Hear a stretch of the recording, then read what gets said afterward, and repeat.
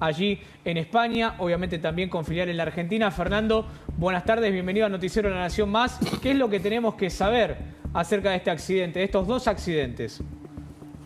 ¿Cómo están? ¿Cómo están todos? Y bueno, es una semana, quizás la peor semana en términos ferroviarios para la historia de España, aparte del choque y el descarrilamiento y el choque de los dos trenes que todos conocemos ya en la zona, en la ciudad de Córdoba, en Adamuz. Hoy se sumó el descarrilamiento ahora de un tren en Cataluña, en la zona de Gélida, muy cerca de Barcelona. El tren descarriló, hay 20 heridos, tuvo una caída el tren en un muro de contención, hay 20 heridos y el maquinista falleció. O sea que ya tenemos un muerto, 20 heridos y algunos de ellos, Sí. 4 o 5, se estaba evaluando las primeras informaciones, heridos graves, así que no habría que descartar alguna mala noticia en estos términos. Pero otro accidente muy grave, han sido suspendidos todos los servicios de trenes en Cataluña porque hay muy mal clima, hay lluvia, hay temporal.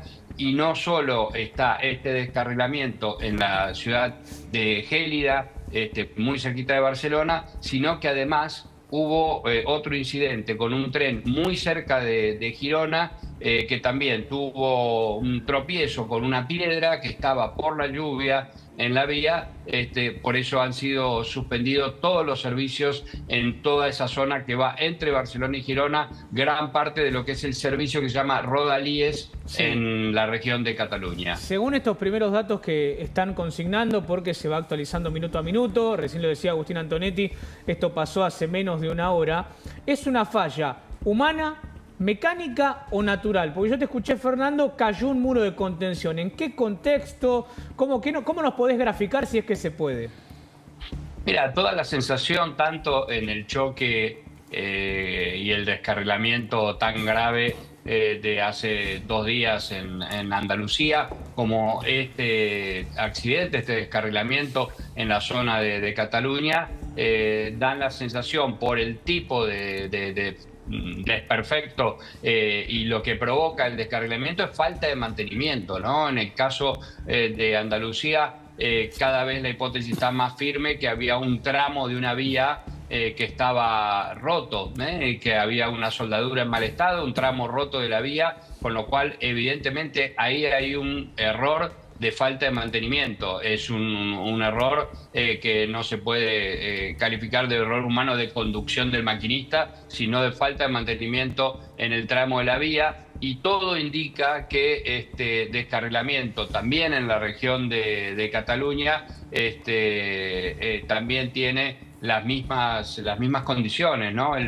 La primera hipótesis es esa, que bueno, que ha caído un muro de contención, está el mal clima, pero el mal clima, las tormentas, la lluvia, no alcanzan para hacer descarrilar un tren. Esto es lo que claro sucede. De hecho, lo que han hecho, lo que ha hecho el Ministerio de Transporte en España es dictar una medida que los trenes no pueden funcionar en estas horas a más de 160 kilómetros. Los de alta velocidad, que sabemos que llegan a andar a 250, 300 y el récord ha sido 400 kilómetros. Hoy ningún tren en España está funcionando a esa velocidad.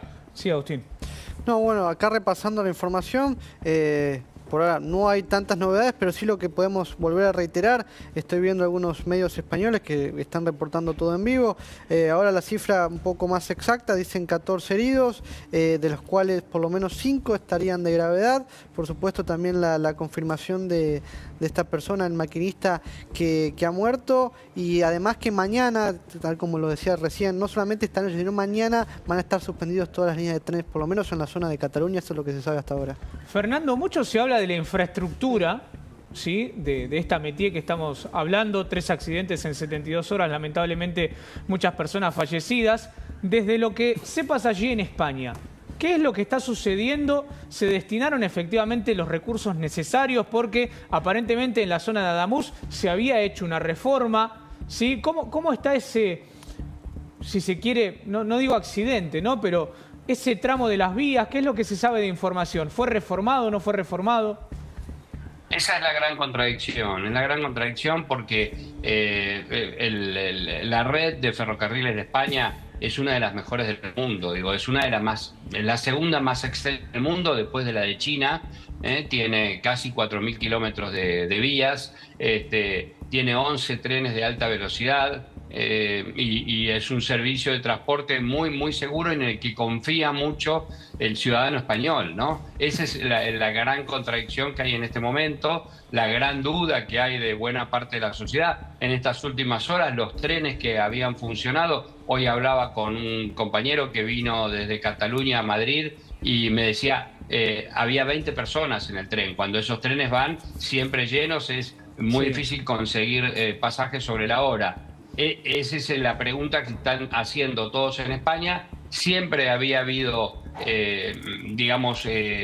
estaban todos muy tranquilos con el tema del mantenimiento, porque en general el Estado, digamos, Renfe, que es la compañía estatal, y las compañías privadas que operan en los ferrocarriles españoles, trabajaban muy bien el tema del mantenimiento. Lo mismo los funcionarios. Bueno, acá evidentemente ha fallado algo y hay un dato que muchos están anotando, ¿no? Que entre los antecesores del Ministerio de Transporte está quien fue ministro José Luis Ábalos y diputado, hoy está preso por corrupción en España, fue integrante del círculo cercano al presidente Pedro Sánchez, e incluso hay entre las adquisiciones que hicieron las empresas contratadas por el Estado en términos ferroviarios, las hizo un exfuncionario que se llama Koldo García, también preso por hechos de corrupción. Sí, el caso con lo cual Koldo se está empezando a investigar.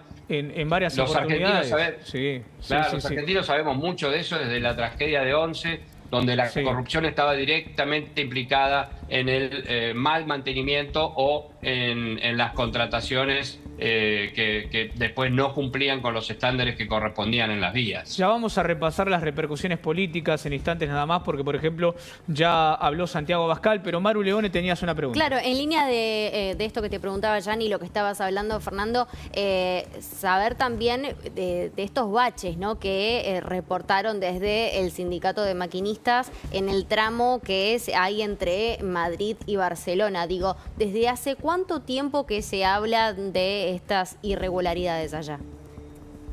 Mira, esto es algo que ahora, aparte, empezaron a surgir en las redes sociales muchísimos videos, ¿no?, de pasajeros que habían grabado temblores de los trenes, el que va no solo el que va de Madrid a Barcelona, sino también el que iba de Madrid a Sevilla, el que iba de Madrid a Huelva, temblores en los trenes, y después lo habían reportado los sindicatos. Es cierto, por eso surge la duda de cuál ha sido el grado de rigurosidad en el mantenimiento, sobre todo en el mantenimiento de las vías, sobre todo ahora, ¿no?, cuando el descarrilamiento y la tragedia de Córdoba, de Andalucía, empieza a tener como gran hipótesis un pedazo de vía rota, un pedazo de vía que no estaba. Parece inconcebible que en un ferrocarril como es el ferrocarril europeo y en particular el español pueda haber un tramo de vía rota. Bueno, es aparentemente lo que ha sucedido. Se están haciendo todas las diligencias, apuntan todos, como sucede en estos casos, a quien es el ministro de Transporte. El ministro de Transporte es Oscar Puente, que aparte es un dirigente, un energúmeno, perdón de la palabra, digo, pero es un dirigente que se dedica a pelearse todo el tiempo por las redes sociales, digamos, de Twitter. Es el dirigente que empezó el conflicto con Argentina, entre España y Argentina, fue porque Oscar Puente trató a Milei, que había hecho una crítica a la esposa de Pedro Sánchez, la había vinculado con hechos de corrupción en un acto político, había dicho, bueno, eso lo dijo seguramente después de haber ingerido sustancias. Esa frase en las redes sociales, que después se amplificó, terminó generando un conflicto diplomático entre Argentina y España, por lo cual cada uno de los países terminó retirando a sus embajadores. Hoy está bastante encarrilado este asunto, pero Óscar Puentes es el principal apuntado y yo creo que con este nuevo descarrilamiento de esta noche me parece que Óscar Puentes en el cargo no va a tener mucho tiempo. Necesita Pedro Sánchez empezar a encontrar culpables, claro, para bajar su propia responsabilidad política en este caso. Carlos. Fer, buenas tardes. Carlos Arvida te saluda. ¿Cómo te va? ¿Cómo estás, Carlitos? Bien. Hablaste de un tema y dijiste la peor semana ferroviaria, digamos, de España. Y lo que te quería preguntar es cómo, ya hablaste también del ministro de Transporte, hay mucha información que podría renunciar en las próximas horas, pero te pregunto cómo es la situación política hoy de Pedro Sánchez frente a su enfrentamiento, de alguna manera, con Isabel Díaz Ayuso. Mira, Pedro Sánchez lleva 8 años en el poder, está muy desgastado. Es cierto que todo el mundo le reconoce una extrema habilidad para salir de las peores situaciones. Siempre encontró la manera de, digamos, de zafar de las peores crisis políticas y de terminar dando vuelta esas situaciones donde parecía contra las cuerdas. En 2023 venía de perder una elección por 10 puntos, después también arma una estrategia, adelanta las elecciones, las hace en el pleno verano español, el 23 de julio del 2023, y termina, en vez de perder por 10, pierde por 2 puntos, y con eso, arreglando con los separatistas catalanes y los vascos más extremos, los que tienen simpatías por ETA todavía, termina quedándose en el poder, consiguiendo los votos porque es una monarquía parlamentaria. Está complicado, esto lo ha complicado mucho más. La estrategia de estos últimos días, de estas últimas semanas, era refugiarse en el escenario global, sobre todo enfrentarse a Trump discursivamente y de esa manera tratar de generar un Sánchez o Trump, ¿no?, para zafar un poco de lo que es la política local. Bueno, me parece que la tragedia de Andalucía y ahora encima este descarrilamiento en Cataluña lo ponen de nuevo contra la pared. Está muy complicado Pedro Sánchez.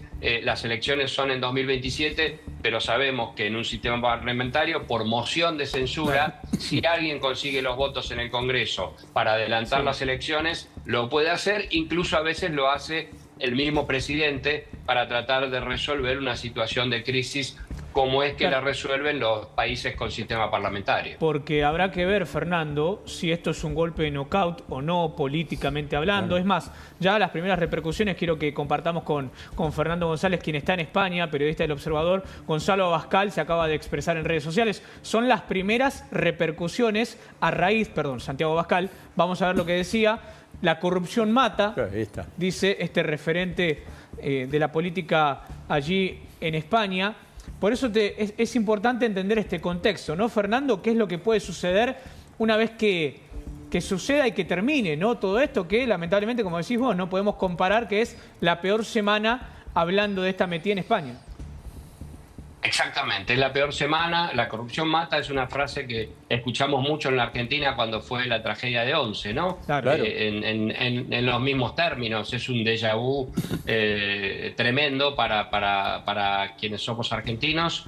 Y sí, la corrupción mata. ¿Por qué utiliza esa frase el dirigente de Vox, que es el partido de derecha más duro, más extremo que tiene España y el opositor más duro que tiene Pedro Sánchez, aunque el principal opositor sigue siendo Alberto Núñez Feijóo, que es el líder de la oposición porque es el líder del Partido Popular? Pero lo que explicaba hoy, haber estado como antecesor de Óscar Puente, José Luis Ábalos, haber estado Koldo García, son funcionarios, 2 exfuncionarios de Pedro Sánchez, que los 2 están presos por causa de corrupción. Con lo cual me parece que la investigación, una vez que pase la conmoción posterior al accidente, se va a centrar en qué pasó con los contratos a las empresas que hacían mantenimiento, a las empresas que trabajan sobre las vías, sobre los vagones. Me parece que todo va a estar enfocado ahí y ya hoy en la justicia española había movimientos como para poder profundizar esas investigaciones apuntando a lo que puede ser hechos de corrupción que terminan generando esto, ¿no? El deterioro Sí. de una infraestructura del Estado básica como es la de los trenes. Fernando, un placer, muy claro con todos los conceptos. Te estaremos contactando para saber más novedades. Gracias. Abrazo enorme a todos ustedes. Esperemos que esta situación mejore, la verdad. Fernando González, periodista del Observador desde España, contando esto, ¿no? 3 accidentes de trenes en España.